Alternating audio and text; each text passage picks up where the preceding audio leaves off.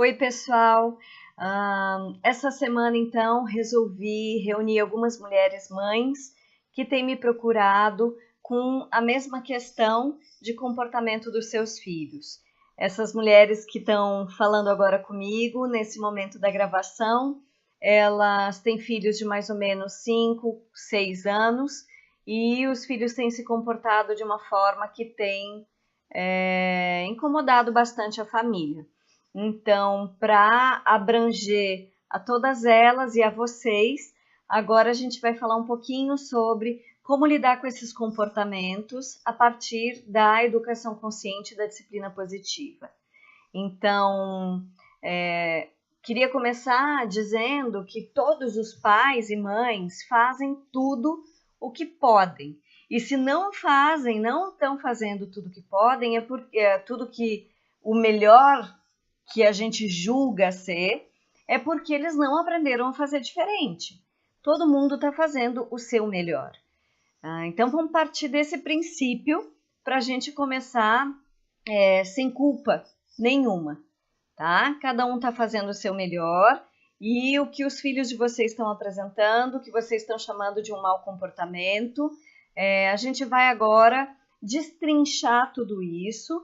E eu vou dar algumas dicas que são bastante preciosas e que têm funcionado muito com quem tem colocado isso em prática, tá? Então, vamos partir de um outro princípio. Mesmo que as pessoas façam o seu melhor, nem sempre essa intenção gera um melhor resultado, né? Então, é para separar, de fato, o resultado do medo, do julgamento do que está certo e do que está errado, tá? Crianças estão aprendendo a se comportar, bem ou mal, positivo ou negativo, estão aprendendo a lidar com as suas verdades em frente ao mundo, diante dos outros. É por isso que às vezes aparecem as coisas de forma meio desequilibrada. E é com essa realidade que a gente vai lidar agora.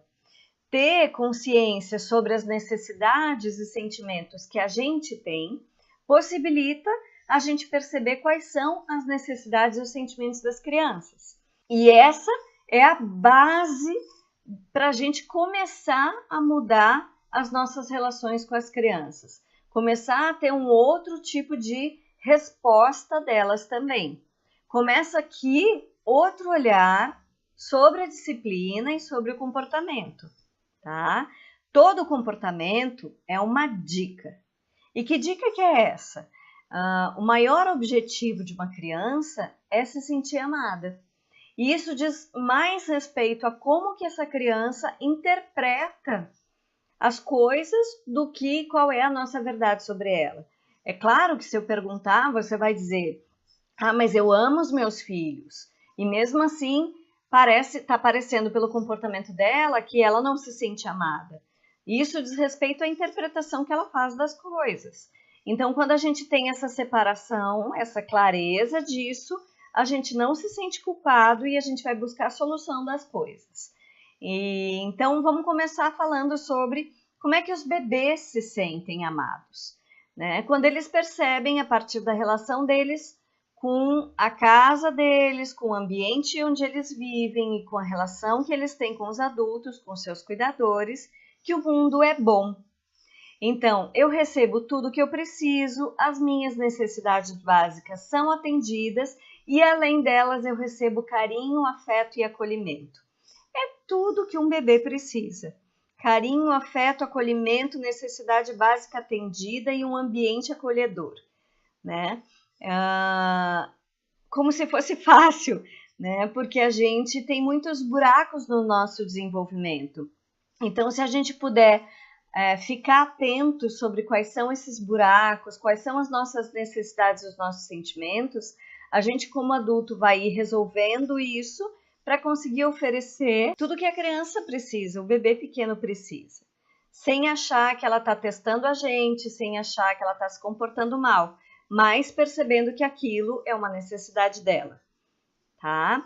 Quando a criança começa a caminhar e se comunicar com palavra, ela sabe que é amada quando, além das necessidades básicas dela, eu ensino habilidades para ela.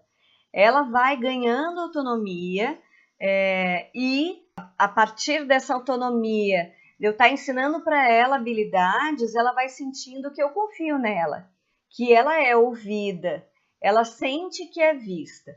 E aí ela vai ganhando autonomia e, mesmo assim, tem a nossa retaguarda. Então, ela ainda está protegida. O amor significa, nessa fase, a gente deixar que ela experimente algumas escolhas, alguns passos.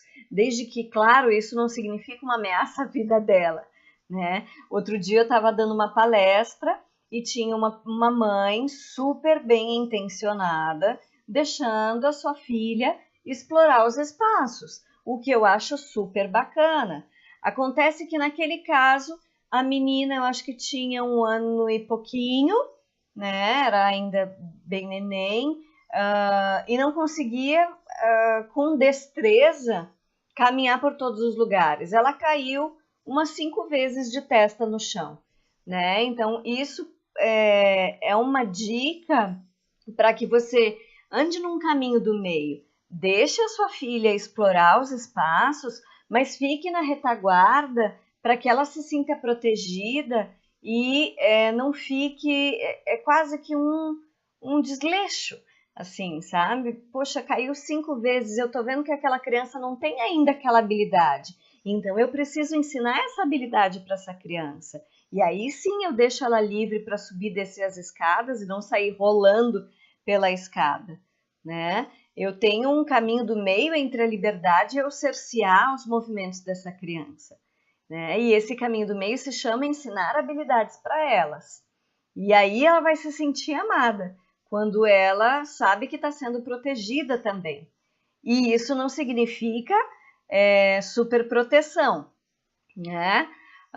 Por volta mais ou menos dos 4, 5 anos, as crianças elas querem afirmar a sua identidade, as suas vontades e a sua pequena, mas conquistada autonomia.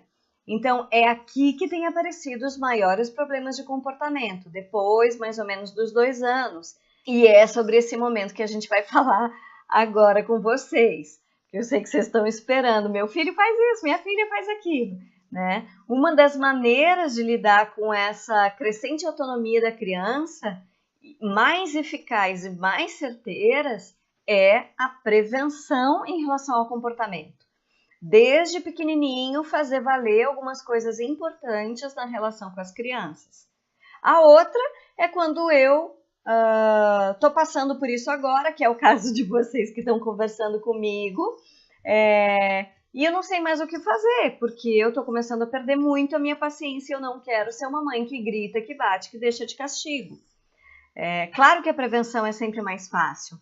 E no quesito comportamento, isso significa, desde pequenininho, eu assumir valores na prática, de forma consciente, para que eles cresçam com isso como um pano de fundo da relação deles com o mundo, sabe? Então, como é que a gente faz isso?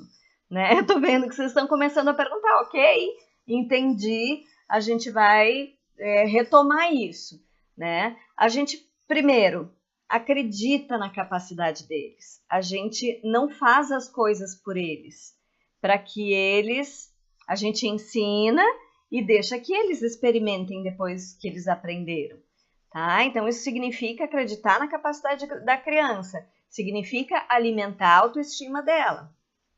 Depois, eu vou dedicar o meu tempo em 2 momentos importantes para os meus filhos, de forma separada se eu tenho mais de um filho, tá? Um tempo especial com eles, para que eles se sintam importantes para mim, como mãe, como pai, né? Um momento de alegria, de prazer e um momento de ensinar habilidades para eles, habilidades sociais e habilidades de vida. Por exemplo, um exemplo muito... E é tudo muito básico, sabe? Só que as crianças não nascem sabendo fazer as coisas. Por isso que tem coisas que são super básicas e que a gente precisa ensinar para elas. Vou dar um exemplo para vocês. Crianças que estão comendo e sujam tudo ao redor. Desde pequenininho, coloca o prato bem perto dela, coloca ela bem perto da mesa e diz para ela. Eu falava para o Lucano, ainda falo de vez em quando, meu filho, coloca o prato perto de você, come em cima do prato, porque quando cair, vai cair em cima do seu prato, né? E assim eu estou ensinando a habilidade de comer sem sujar tudo ao redor. É óbvio que um neném pequenininho vai sujar e eu não vou ficar cerceando ele, eu vou deixar ele pegar a comida com a mão porque ele está experimentando o corpinho dele. À medida que ele vai tendo um pouquinho mais de destreza para pegar uma colherzinha, eu sempre vou colocar o pratinho perto e vou dizer, ó, o pratinho está perto de você, né? E assim ele vai aprendendo a comer sem sujar tudo ao redor. Eu tenho um coleguinha do meu filho que foi comer lá em casa e eu falei para ele, ó, eu tô vendo que você está sujando toda a mesa ao seu redor. Coloca o seu prato perto de você que quando cair, vai cair em cima do prato. Ele, poxa, isso é tão simples, por que nunca ninguém me ensinou isso? E isso é muito simples. E ele ficou super feliz, porque ele viu que ele não sujou mais em volta, né? E isso é ensinar habilidades de vida para uma criança, tá? Terceira coisa, promover cooperação em casa, desde pequenininho. Sempre tem uma coisa que a criança pode fazer para cooperar com os outros, nem que seja, olha, a gente está carregando um monte de mala aqui agora, né? Vamos pensar nas férias. Você pode carregar seu travesseirinho, você tem 2 anos, ou você que tem 4, 5 anos pode carregar sua mochila. Você que saiu, eu vejo muito isso. As mães, pais vão buscar, avós vão buscar as crianças na escola e eles pegam a mochila das crianças. Não faça por uma criança nada que ela possa fazer sozinha, porque isso vai destruir a autoestima dela e vai fazer com que ela não gere habilidades. Então, a mochila é dela, ela pode carregar, não é? Se a mochila é muito pesada, compre uma mochila que tem rodinha. Vá atrás de conseguir uma mochila que tem rodinha de doação. Tudo tem uma solução. Quarta dica. Chamar a responsabilidade pelas escolhas que a criança tomou. Então, se deu errado alguma coisa que ela fez, espalhou todo o leite no chão, como é que eu faço para chamar a criança para essa responsabilidade? Sem humilhá-la, eu vou dar um pano para ela poder secar o leite que foi derramado, né? Então, é diferente eu dizer, mas que coisa, olha só, você está sujando todo esse leite, olha só o que você fez. Eu vou falar, como é que a gente resolve isso? Não tem problema, filho, caiu o leite, acontece, porque acontece comigo também. Acontece com cada um de vocês também, coisas que não dão tão certo como a gente gostaria. Como é que a gente lida com isso? A gente vai resolver, a gente vai olhar o que foi que deu errado e vai resolver. E é assim que a gente precisa ensinar as crianças a lidarem com as coisas também.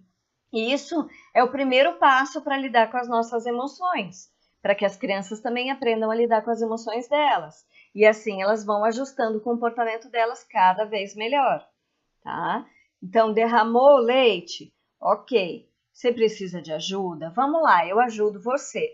Mas o leite está derramado, como é que a gente faz? Pega o paninho ali, limpa o leite que caiu no chão para não cair um pouquinho mais. Mas é desse jeito que eu falei, não é gritando nem humilhando a criança que a gente vai fazer com que ela tenha um comportamento, que ela adeque melhor o seu comportamento, né? A quinta dica é criar momentos onde eles aprendam a ter disciplina, né? Isso vem quando eu coloco algumas regras em casa, né? Isso gera disciplina. E quando as crianças podem participar dessas regras, muito melhor, tá? Sexta dica, eu instaurar desde sempre o respeito mútuo em casa. Então, eu respeito você, você me respeita. Nós aqui em casa vamos nos respeitar. Se o papai gritou com a mamãe, ele vai pedir desculpa e vai tentar fazer diferente. Se a mamãe agiu mal com o filho, ela vai pedir desculpa e vai tentar fazer diferente. E mostrando a nossa humanidade para o nosso filho, ele vai aprender, ok, escorreguei agora, gritei com a minha mãe. Mamãe, me desculpa, eu não queria gritar com você. Assim é que eles vão aprendendo a refazer as coisas que não ficaram legal, que não foram legais, tá? Uma última dica é lembrar que as crianças precisam aprender a desenvolver as suas habilidades sociais e de vida. Elas não nascem sabendo. O que aconteceu? O modo de educar dominando o outro faz com que as crianças se sintam poderosas, faz com que nós nos sintamos poderosos. Só que a derrota da criança torna ela rebelde ou submissa, cegamente submissa.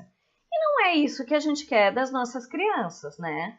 Então, cada um dos passos que eu citei, agora vocês podem colocar em prática a qualquer momento, mesmo que tenham perdido a paciência, mesmo que não tenham chegado nesse momento, não sei mais o que fazer, que eu esteja muito cansada.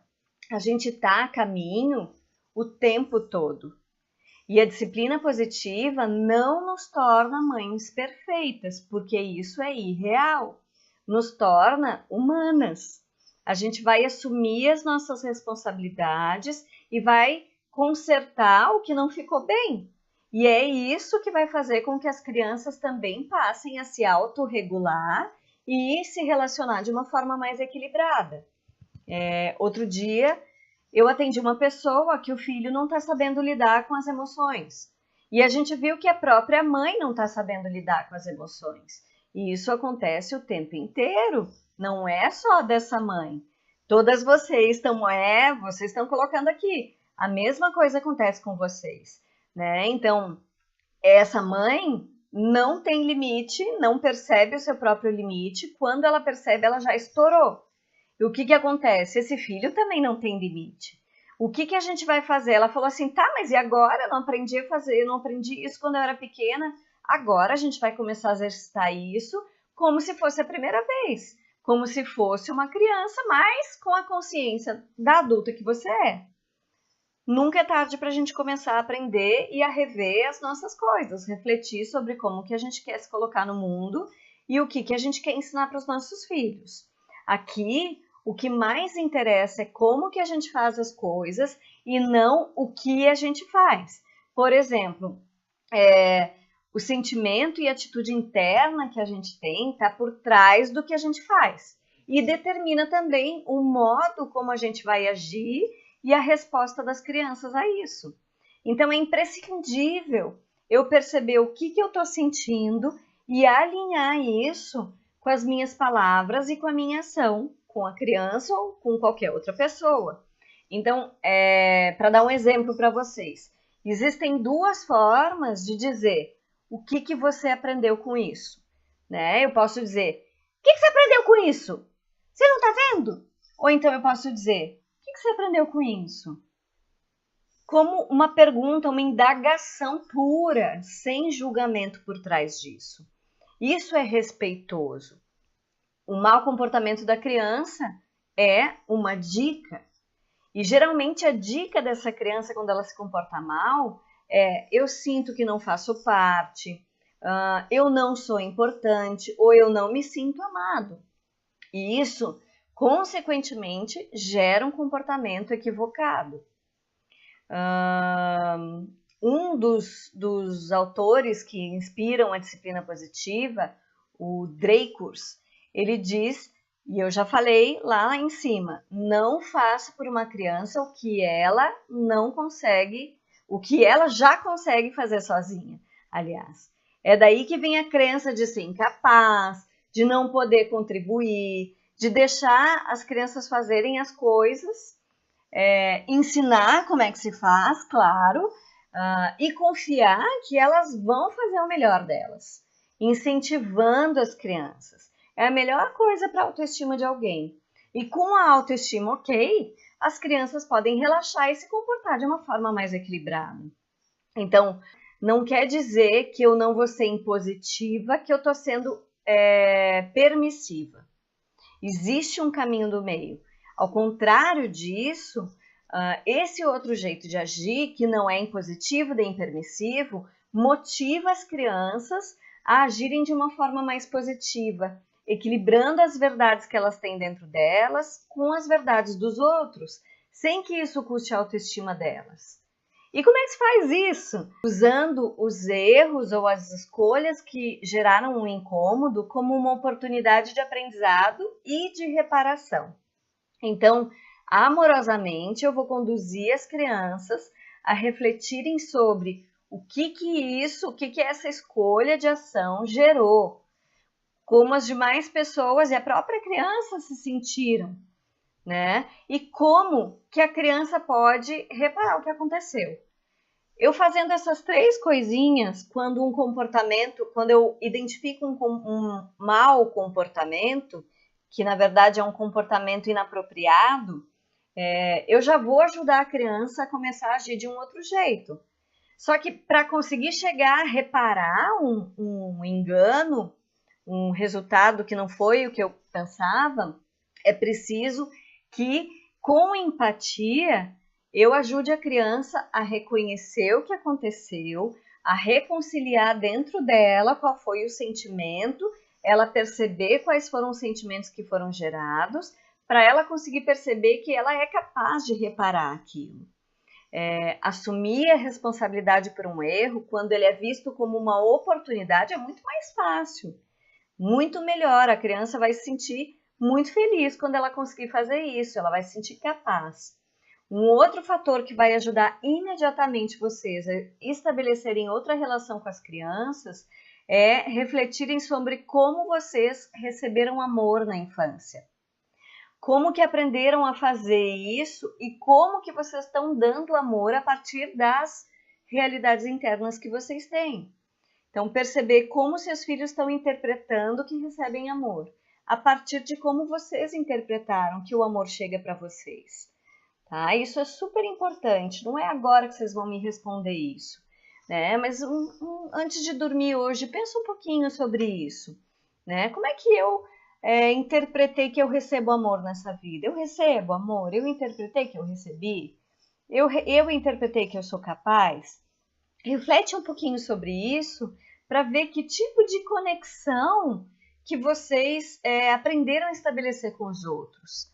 Foi sobre uma conexão com base na culpa, com base na submissão, com base no poder, com base na raiva, com base na aceitação, com base no amor, com base no respeito?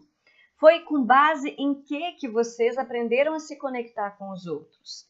Ok. A gente viu então até agora sobre como a gente se conecta afetivamente aos outros e como que a gente ensina isso aos nossos filhos. Sobre reconhecer, reconciliar e reparar um erro com aceitação, levando as crianças a buscarem solução. A gente viu a diferença entre ser permissivo e ser impositivo, que o mau comportamento é uma dica que a gente pode desvendar para saber dar outro tipo de resposta para a criança, de acordo com o que está por trás do comportamento dela. E agora a gente vai ver, já estou terminando, o que está por trás de todo o comportamento, né, do ser humano. Por trás dos nossos comportamentos existe uma necessidade. O mau comportamento indica uma necessidade não atendida. Que necessidade pode ser essa? Se saber amado, se sentir parte, necessidade de ajustar o limite dessa relação. Pode ser fome, uma criança, né? Fome, cansaço, ou uma necessidade de aprender uma habilidade, ou qualquer outra necessidade. Mas essas são as mais comuns que geram comportamentos inadequados nas crianças, né? Nos adultos também. Então, o que a gente vai fazer? A gente vai aprender a resolver as coisas de outra forma. Uma forma não violenta. A gente vai ensinar as crianças a resolverem as suas coisinhas, seus sentimentos, as suas necessidades, refletindo com eles. Quais são as dicas assim de uma reflexão que possa ajudá-los? O que fez que isso acontecesse? O que isso fez você sentir? O que você pode fazer da próxima vez para que isso não aconteça? E como é que eu vou resolver isso? Essas dicas são imprescindíveis para começar a criança começar a entrar, a sentar no corpinho, que eu digo. Parece que tem algumas crianças que estão lá no ar. Quando eu ajudo a criança a começar a refletir sobre a ação dela no mundo, eu ajudo ela a ter melhores relações com esse mundo, com ela e com o mundo. Então, a partir de uns 2, 3 anos, eu posso ir gradativamente ajudando os pequenininhos a fazer, à medida em que eles vão crescendo, poder ir fazendo cada vez mais essas perguntas, essas reflexões sobre as coisas e os resultados e os comportamentos. Então, à medida que ela vai ter 4, 5, 6 anos, se começou de pequenininho, ela vai ter mais autonomia com isso. Se ela está com 4, 5, 6 agora, daqui a pouquinho ela vai ganhando autonomia. As crianças são muito rápidas, confiem nelas. Só tem uma atenção. Acolher os sentimentos da criança com respeito não significa ceder, tá? A gente respeita as crianças, mas a gente valoriza o comportamento positivo, ok? A dica de ouro para esses comportamentos que a gente não aguenta mais é a gente ter regras construídas em conjunto com as crianças e com todos da família. E a gente rever essas regras com constância. E mais do que isso, a gente ser coerente com essas regras que já foram conversadas. Tá, essa é uma regra, nós já conversamos sobre isso. Eu não preciso, como mãe, ficar nervosa quando a criança não está cumprindo, porque tem uma consequência a gente não seguir uma regra, né? E essa consequência também vai ser acordada. Olha, se você não seguir essa regra que nós estamos combinando juntos, a consequência é, por exemplo, eu chutei a porta, quebrou. Eu vou ter que consertar. Eu vou ter que ver um jeito de reaver isso. Se eu sou muito pequenininho, eu vou levar a criança a refletir. Como é que a gente faz agora? Né? Então, deixa eu ver mais uma coisa. Eu sujei. Eu vou ter que limpar. Eu gritei, o outro ficou magoado. Ele não vai querer ficar comigo, né? Eu não sei dividir o brinquedo, então agora eu vou ficar sem o brinquedo. Eu vou ter que aprender a dividir o brinquedo primeiro, né? Todas as famílias que colocam essas ferramentas maternas para a vida prática que eu criei e que iniciam com uma reunião de família e que a partir dessa reunião de família se estabelecem as regras para que todo mundo fique bem, elas têm visto o comportamento das crianças ir mudando. Esse mau comportamento vai desaparecendo gradativamente e a vida em família tem ficado mais leve. Então, procurem no site O Mundo é uma Escola as ferramentas maternas para a vida prática. Coloquem em prática já essas dicas que eu dei para vocês. E a gente vai conversando na fanpage Juliana Corolon Consultoria. Podem colocar no Facebook Educação Consciente, vocês vão ver a minha fotinho. Coloquem as perguntas aqui, eu vou responder algumas perguntas agora, eu já vi que tem umas aqui. Deixa eu ver. Minha filha tem 3 anos e tudo tem pedido ou falado com choramingo. No começo eu ficava com pena, mas agora estou esgotando minhas energias. Isso. Quando a criança pequena já começou a falar e ela começa a se expressar com choro, eu sempre vou dizer: você sabe falar, a mamãe não está entendendo assim. Só que o tom de voz que eu uso não pode ser um tom de voz de aceitação do que está acontecendo, tá?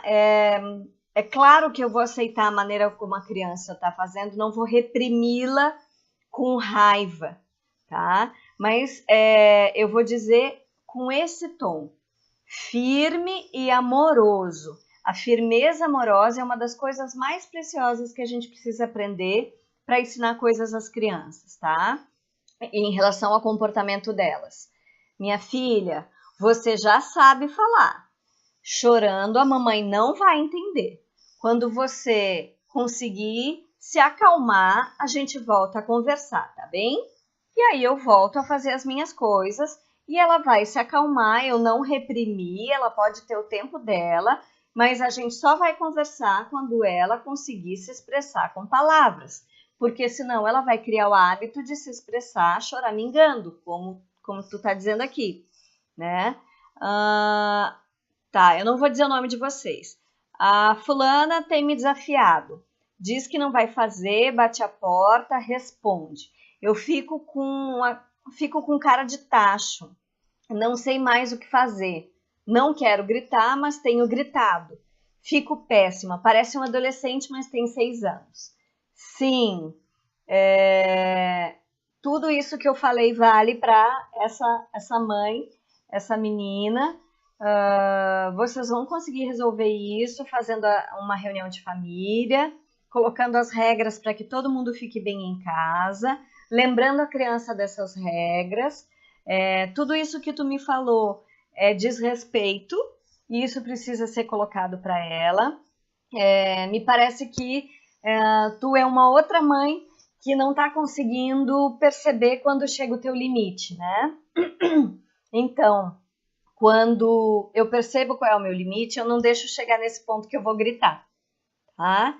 Então, começa, uma dica para ti todos os dias fazer uma meditação de 5 minutos, em qualquer momento que tu conseguir, para começar a perceber quais são as tuas necessidades, quais são os teus sentimentos e começar a comunicar isso antes de estourar, tá? Quando a tua filha estiver gritando, batendo a porta, tu vai conseguir dizer para ela: você está me desrespeitando, bater na porta não é uma forma da gente se relacionar bacana em casa, então quando você se acalmar, a gente volta a conversar. Não adianta conversar na hora que está todo mundo estourado, tá? Não vai gerar nenhum resultado. Meu filho se comporta tão mal em lugares públicos, não me escuta, não me obedece, tem horas em que tudo que eu queria era sumir e ter um pouco de paz. Não tenho mais vontade de sair com ele. Tá. Primeiro a gente precisa ver o que comporta mal, né? Que tipo de comportamento ele está apresentando, tá? Tem que ver quais são as tuas necessidades e os teus sentimentos, começar a comunicar isso para a família e estabelecer essas regras. E aí, quando a gente estabelece as regras, tem 2 partes de regras, tá? Uma delas é sobre as coisas práticas da casa, né? Quem lava a louça, quem coloca a mesa, quem arruma a cama, mesmo que eu tenha ajudante em casa, é legal que eu coloque as crianças e eu também faça algumas coisas para ensinar as crianças, tá? E a outra parte das regras é sobre como a gente vai se relacionar. Então eu não vou gritar, ninguém aqui vai gritar com ninguém vai humilhar ninguém, né? Coisas básicas que dizem respeito aos nossos valores de família. Vocês vão encontrar os valores de vocês em conjunto e vão colocar isso num papel, tá? E aí a criança pode ser lembrada sobre isso, com carinho. Uma última pergunta, tá? Só para não ficar muito comprido esse nosso encontro. Ok, percebi que nunca fiz nada disso e o resultado é que eu não sei mais o que fazer. Tá bem. Na verdade, é isso que acontece com a maioria das mães que me procuram. Então, o que a gente vai fazer com isso? Eu vou começar, volta lá no início da nossa conversa, pega cada um daqueles passos, começa a colocar em prática agora. Toda hora é hora da gente rever os nossos posicionamentos. E agora a gente vai começar a rever isso junto com as crianças, para que elas aprendam também um outro tipo de funcionamento. Tá bem? Espero que tenha ajudado vocês. A gente vai marcar uma nova conversa com outras mães. Quem tiver perguntas, coloca aqui embaixo nos comentários. E assim, espero que cada vez mais a gente se ajude, monte uma grande rede de mães que não se julga, mas ajuda umas às outras a se sentirem melhor, a compreenderem as suas necessidades e os seus sentimentos, e com isso ajudar as crianças a se compreenderem também e começarem a equilibrar os seus comportamentos. Tá bem? Beijo, até mais!